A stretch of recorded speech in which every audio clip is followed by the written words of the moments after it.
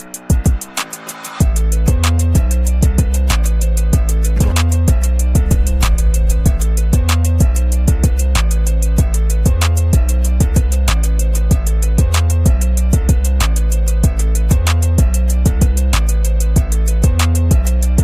welcome to another exciting episode of the Andre The Beast Crayton Show. Another exciting show, another exciting guest. Today we're going to go into one woman's journey with dealing with rheumatoid arthritis. I think I got it right. And what this is like. And let me tell you why are we going here. We all going to suffer some type of illness through life. We need to know how to either correct it, maintain it, and enjoy life from that moment on.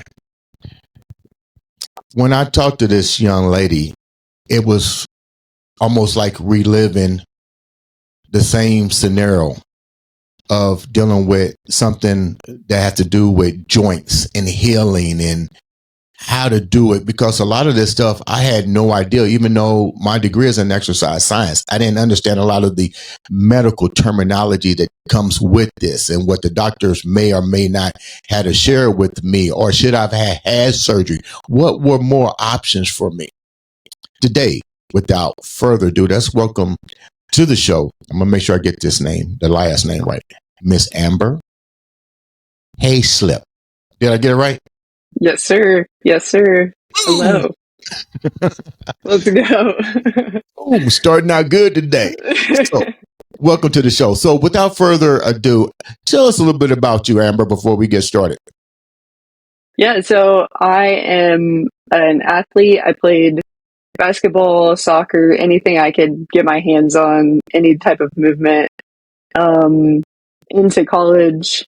And now I've kind of been putting off this calling in my life to help people with their movement and changing their lives. And God keeps calling me back to that assignment. So I'm finally just aligning and going for it and helping others with their journey through wellness, whatever that may look like for them.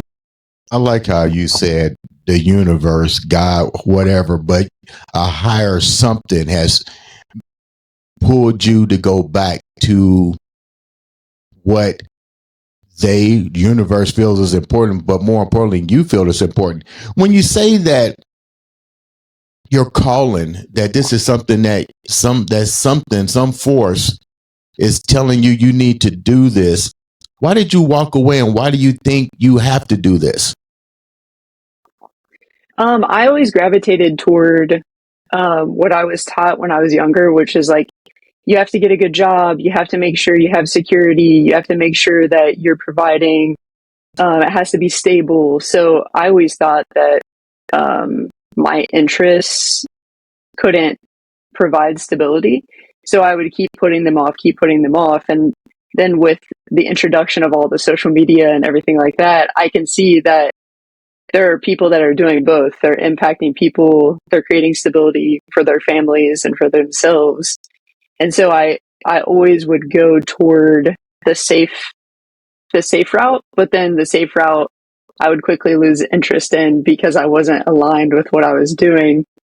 And so I would dabble and try to go into, training or helping people, but then I would float back towards that safety net of knowing that I could be in a position that provided security, but I was still afraid to take like the full leap of faith to trust that my purpose would also create that safety for me. I like the way you said that. So let's go back a little bit. You lived in Ohio. You're now in North Carolina.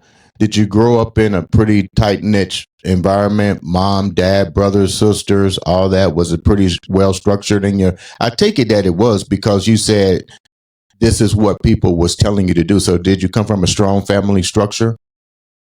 So I grew up kind of, my parents were less than paycheck to paycheck most of the time. Mm-hmm. And I think we were on welfare and had assistance and things like that.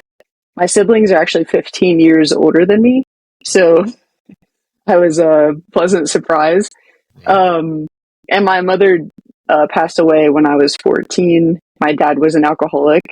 So I come from like a kind of a chaotic environment. So I think my siblings are really the ones that established, they wanted me to be taken care of. So they established that, you know, you get a good job, make sure that you're taking care of yourself and things like that. They really kind of stepped in as mentors for me in that way.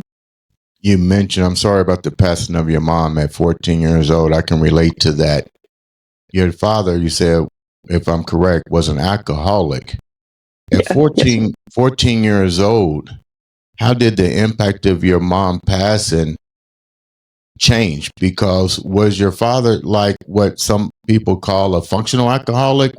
Like, how did that whole paradox change for you when your mom passed? So my mother actually got up the courage to leave my father.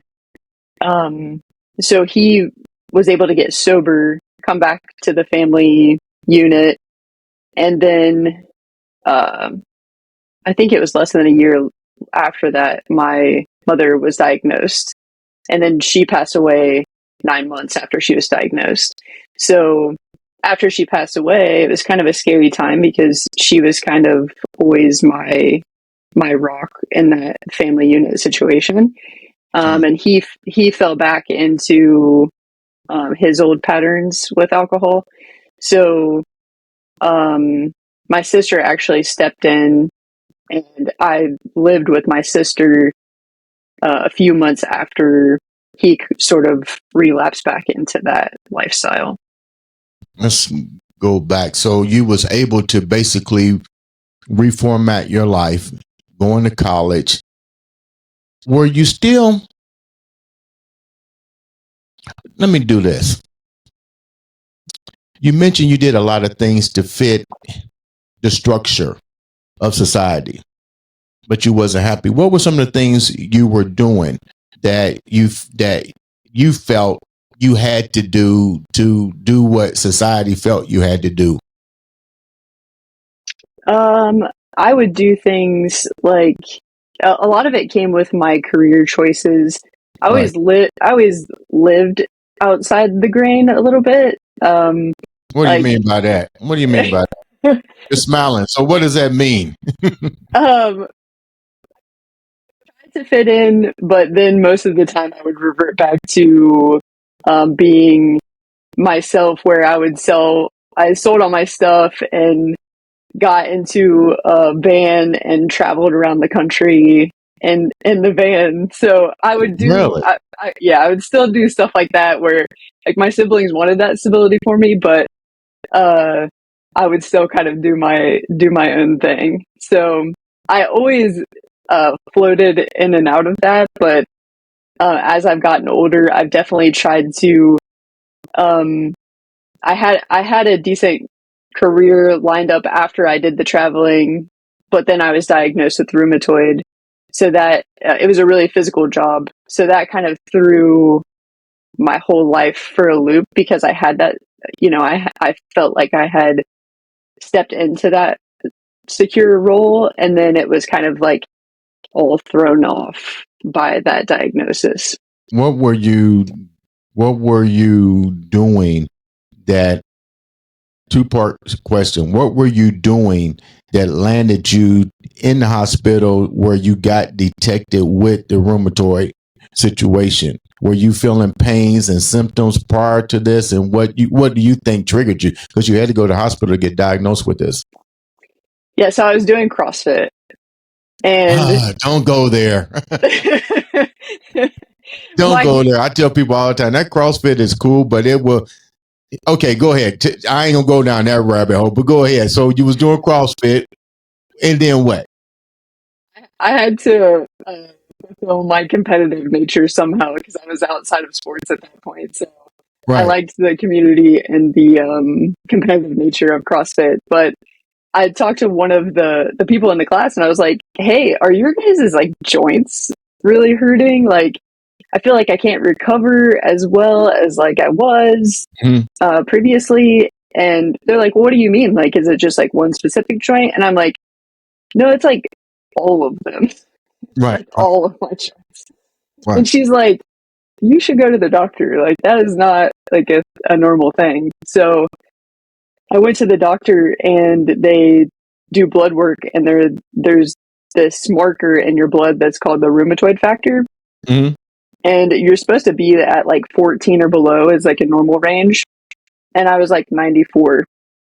What? Yeah. And I've talked to people who are even further off of the chart, but yeah, I was at 94. I'm So surprised you didn't wake up with excruciating pain with anything you did, movement wise. yeah. Yeah. And it was just like very, it's hard to explain because it's like this very dull, like constant state of being, really. Like it's just like always there in the background. So I think, with the mindset I have of just like we push forward, we keep going, through all of the stuff that I've been through, I would just always override that and just say no factor, like let's keep going. Mm-hmm. So so yeah, that's how I was diagnosed, was through blood work. And What did they tell you had to do now? Because I get it. When you're an athlete, you don't want to hear setbacks. And we try to say to ourselves, let's keep going. I deal with it. But when you're dealing with something like that, the you're going to wind up doing more damage. So what did they tell you when you left? Did they give you like something you had to do? Did they give you some longevity? What was the good, the bad, and the ugly once you got diagnosed? That now you got to sit back and analyze you being a athlete, strong individual. Now you got to deal with a medical issue. yeah, and the long, the bad, the ugly, those were great words to describe the whole process. So they immediately shipped me off to a rheumatologist, and I'm from like a smaller town, so the resources that are there aren't necessarily the best resources that you can get. So the rheumatologist just immediately wanted to put me on medication, and I was 24 at the time. So I was like, hold up, like, what does this even mean? Like, I was just like a kid. I didn't know exactly like what was going on. And he was like, oh, you haven't Googled it yet? And so that's the kind of care that I was getting. So he immediately put me on steroids, and to get the inflammation under control. And I was saying, like, what about my diet? Are there things lifestyle wise that I can change to sort of help myself out? And he's like, oh no, just keep doing what you're doing. You look fit enough. And meanwhile, I'm over here, eating cinnamon rolls and a bunch of ice cream, and my metabolism is like good, so I'm just eating whatever I wanted to. Right. I got a second opinion from, you're familiar with Columbus, so a doctor at OSU, Right. and I went, higher up to try to get like a better understanding, and my rheumatoid factors were still high there. They were like 64 when they took my blood, and he was like, I don't know. It could be, it could not be. You could just have tendonitis or bursitis. I'm not sure. And so he proceeded to put me on a lot of other medications. One of the medications lowers your immune system. It was actually an old cancer drug called methotrexate. Contracted meningitis, so I ended up in the hospital. You contracted meningitis from the medication, so you had an allergic reaction to the medication? The medication lowers your immune system. So that set up the proper environment to catch something that, wow. Yeah, like I'm never I'm not like a sick person. I don't normally get sick every flu season or anything. So I was in and out of people's houses. That was the occupation that I had at the time. So I was taking the drug, and it was lowering my immune system.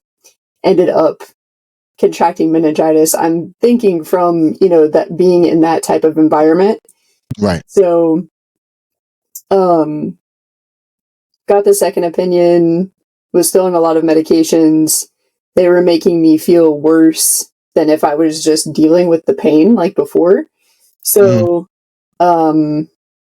eventually I was like, I'm done with this. I went to a dietitian, and the dietitian absolutely changed my life because she explained to me how I could change different things about my lifestyle and how different foods also contribute to inflammation. And it was like a huge wake up call to how some medications, their side effects are worse than, what they end up helping you with. So that's kind of how all of that ended up transpiring. What was the time process that you was dealing with from the first time you walked in until the time that you actually met with the nutritionist? Like, was it a year, 2 years? What was the time span? It was around 2 years. So 2 years you're dealing with pain, meningitis, and God knows what else, a weakened immune system. You go to the nutritionist. What did you have to change? Because you already don't let the cat out the bag. So definitely she took you off the honey buns and all the stuff that you like. So what was some of the things that she took out, and what did she add to your diet to help you at least deal with it without having to resort to the medications? Yeah, so immediately she did a food sensitivity test.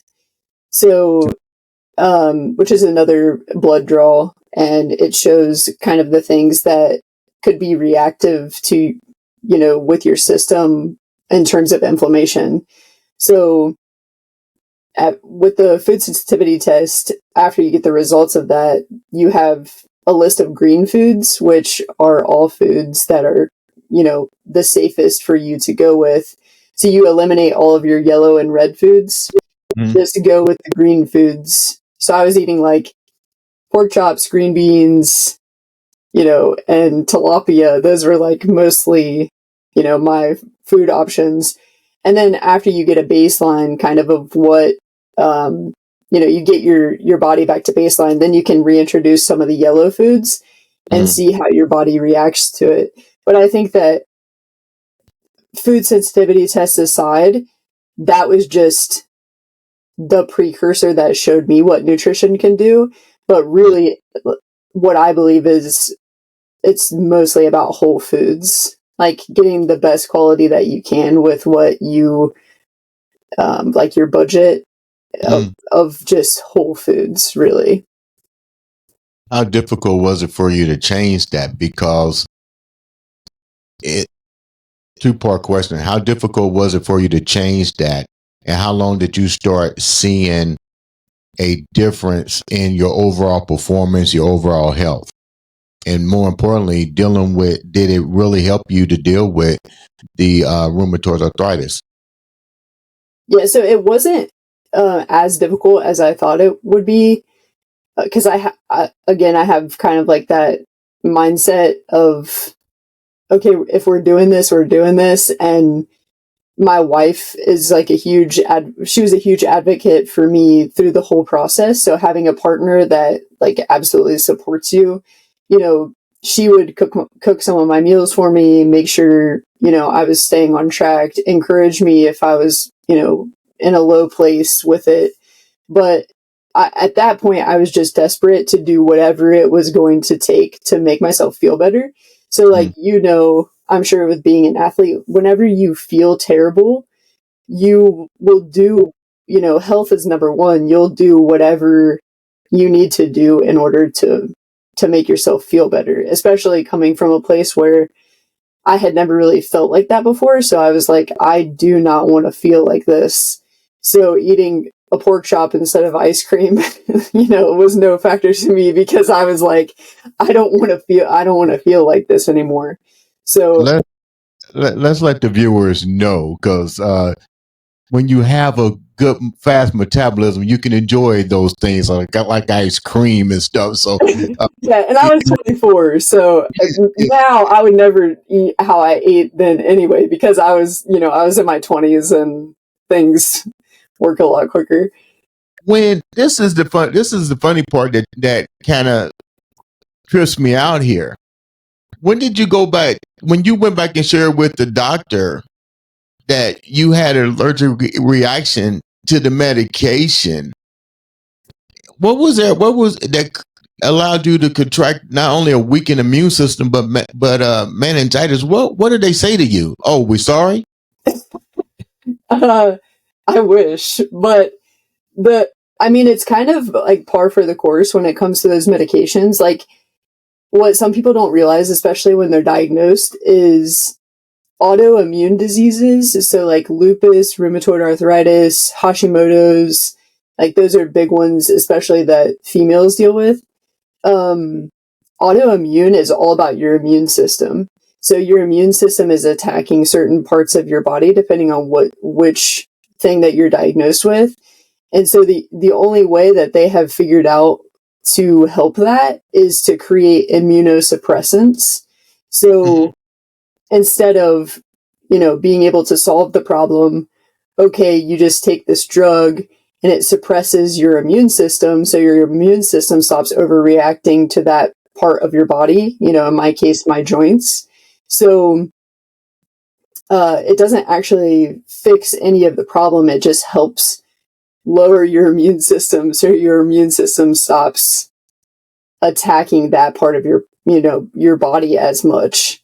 And so when your immune system's lower, then that, leaves room for all sorts of other things to come into your world. You have a suppressed immune system. So then that makes it way easier for, like a meningitis to come along, or just to be sick in general.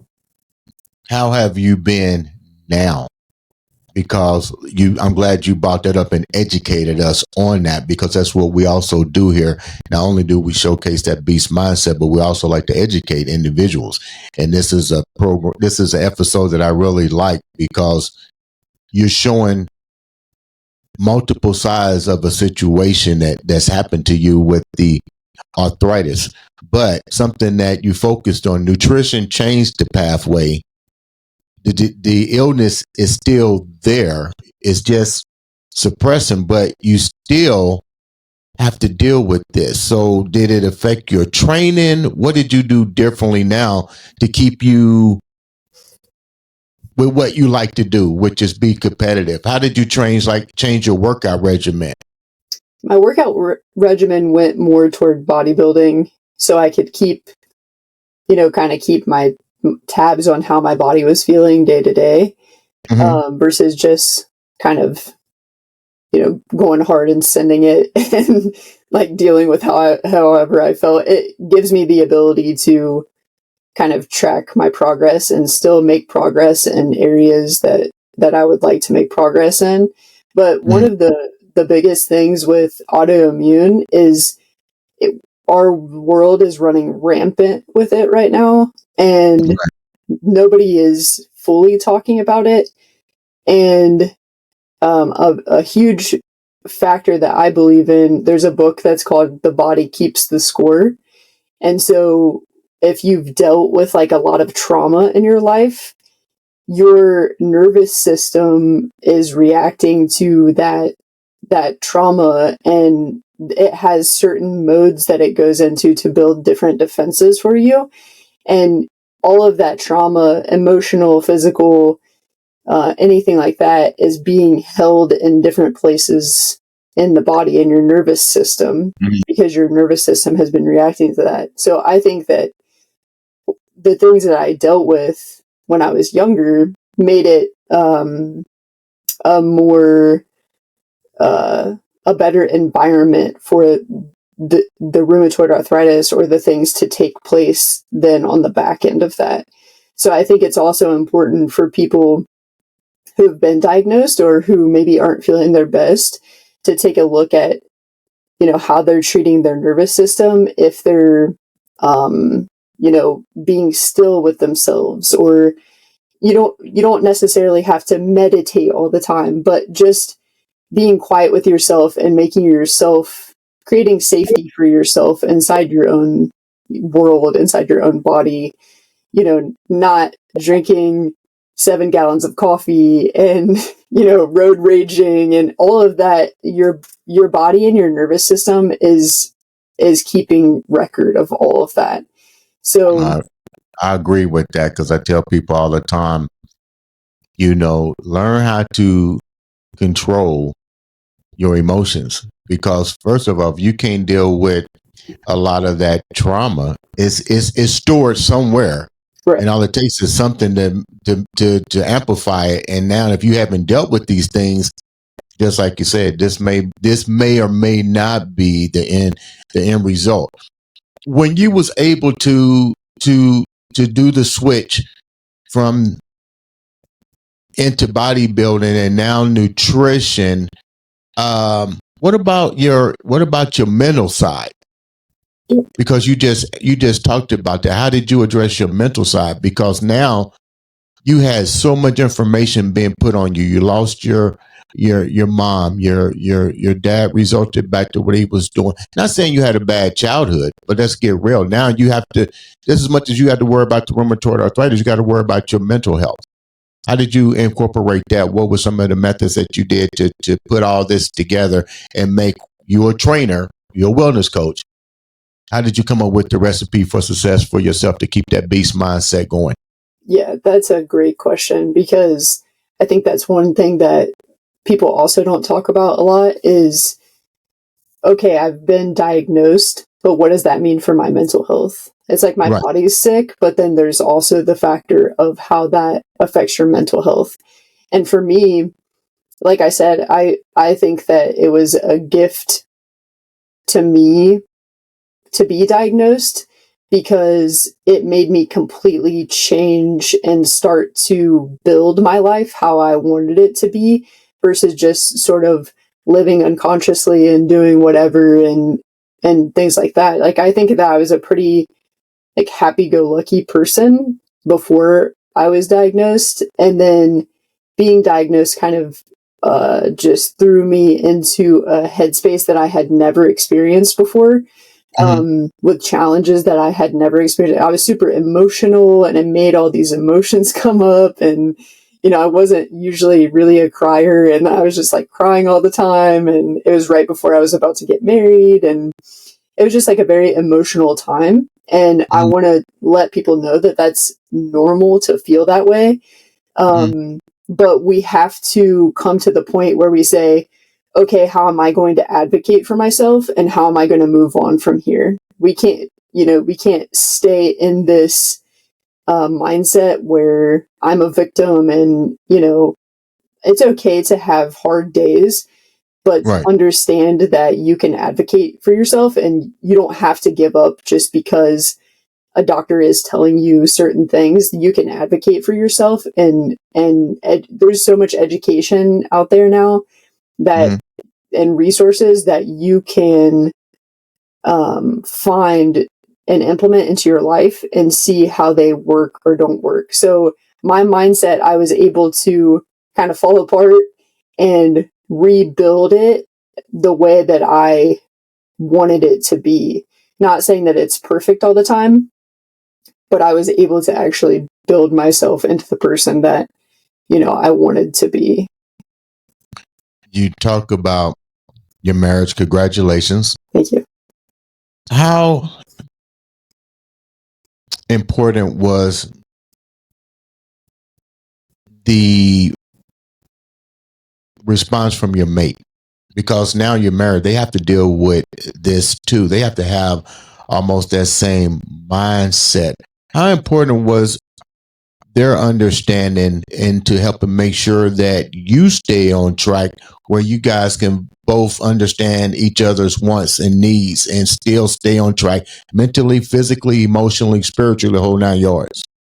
Yeah, it was everything. Like everything in life. If you're trying to diet, or you're trying to change habits, or you're trying to do, really anything to grow, and you're married or you have a significant other or anything like that, it makes everything go so much smoother and better if they're on the same page with you, to be able to support you. So really, it was everything to me. And at the time, she was like 21. So, like I said, we were both just kind of kids, like trying to figure out like some really serious stuff. So it's okay for people not to be perfect all the time. I think in this technology world that we live in, I think we lose sight that people are human, and we kind of grow and evolve. And, this problem was presented to both of us, and she did an amazing job, being there for me, even when I was a completely different person, like I said, I hadn't been super emotional. I was like a rock, pretty strong. And then I was dealing with all this. So she was like, "You're crying. What is this? What's happening?" So, she wrote, she rides through everything, and we've been married for 8 years, and it's been like the greatest blessing to me to have someone that's just like loyal, and I can be imperfect and she can be imperfect, and we can learn and go through challenges together. And it's everything if you have somebody that can support you through the different challenges of life. Now, you seem to be doing a heck of a lot better, and I really appreciate you taking time to share such a beautiful story of even being diagnosed with something like that you took accountability. It didn't change your trajectory of keeping that beast mindset. What I do like is that you said something that the viewers need to really listen to. You need to take control of your health. Even like I said, I just had, double knee replacements. And the biggest part of that challenge wasn't the actual knee replacement itself. It was the recovery process. And I noticed I was retaining a lot of water, but the water was also, you in the fitness field, it was prohibiting me from healing because of movement. And, I was like, hey, why don't we do a Lasix? Why don't we drain some water off of this sucker so I can move? That's taking control of my health, because I tell people I'm not trying to overstep the boundaries of a doctor, but you can also, like you said, you can do your own research, and a lot of stuff is just right there in front of us. If I'm holding water, get rid of some of the water so I can at least move and heal. If I'm able to move and get the mobility, I'm able to go. So I like the fact that you did say we need to take accountability for our health. With that said, what are you doing now for people? Because you seem to have found your passion. You found that journey. It's not a matter of making tons of money and fitting in, because you are doing a service for people. You're helping people now as a wellness coach. You definitely have shown that even though you've been diagnosed, you found an alternative way to stay off of medication and still enjoy life. It's still there. But it's not handicapping you. So what are you doing now for people? Yeah, so I run reset sessions. So if you're feeling burnout, you've been diagnosed, you're going through a divorce, you're going through a hard time, I believe that it only takes a moment to create momentum for you in the positive direction. So I'm all about finding things that are authentic to the person and the individual that I'm working with, and helping them get out of that rut and create a reset for them. So it's like a pivotal changing moment in their lives to kind of, rocket them forward to gain that positive momentum to carry with them. I want them to carry it with them for the rest of their lives. How can the viewers be a part of this beautiful program of resetting that mindset? Because I think everything starts with the mind. If you don't get your mind right on anything, goals, ambitions, whatever, you've already defeated the purpose. How can the viewers be a part of this program that you got going on? There's a form to fill out in the bio of my TikTok. My TikTok is _Hayslip, my last name. And that's where I hit heavy on mindset, different things that I'm going through, how to overcome challenges. There's a form in my bio. You can click on it, fill it out. I'll take a look at it, reach out to you, and we will get you right. You know, we will propel you to that next level of yourself that has always been there, but you just needed somebody to come along beside you, like I needed when I was diagnosed, to say, no, let's go, let's do this. Like, don't worry about that. Like, we can figure all of that out together. So I'm your person. Let's go. So do you work when somebody's filling this information out? I'm pretty sure it's confidential. How personal is it? Or is that done after they fill out the bio? Because I'm pretty sure a lot of people don't want to give out a whole bunch of stuff about themselves on a social media platform. How much is detailed in doing the paperwork prior to giving out that information? Yeah, for sure. It's a confidential form. It comes straight to me, so it's not public.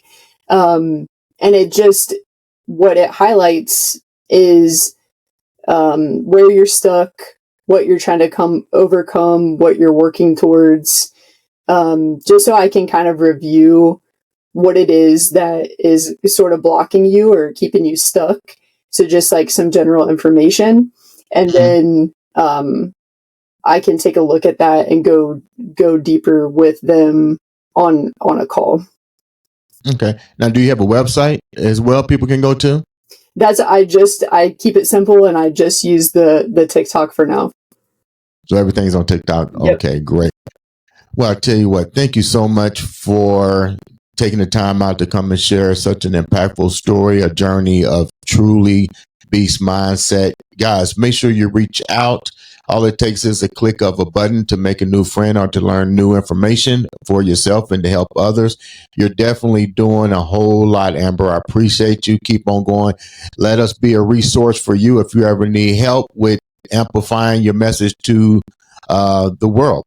With that said, ladies and gentlemen, this has been another exciting episode of the Andre the Beast Crayton Show.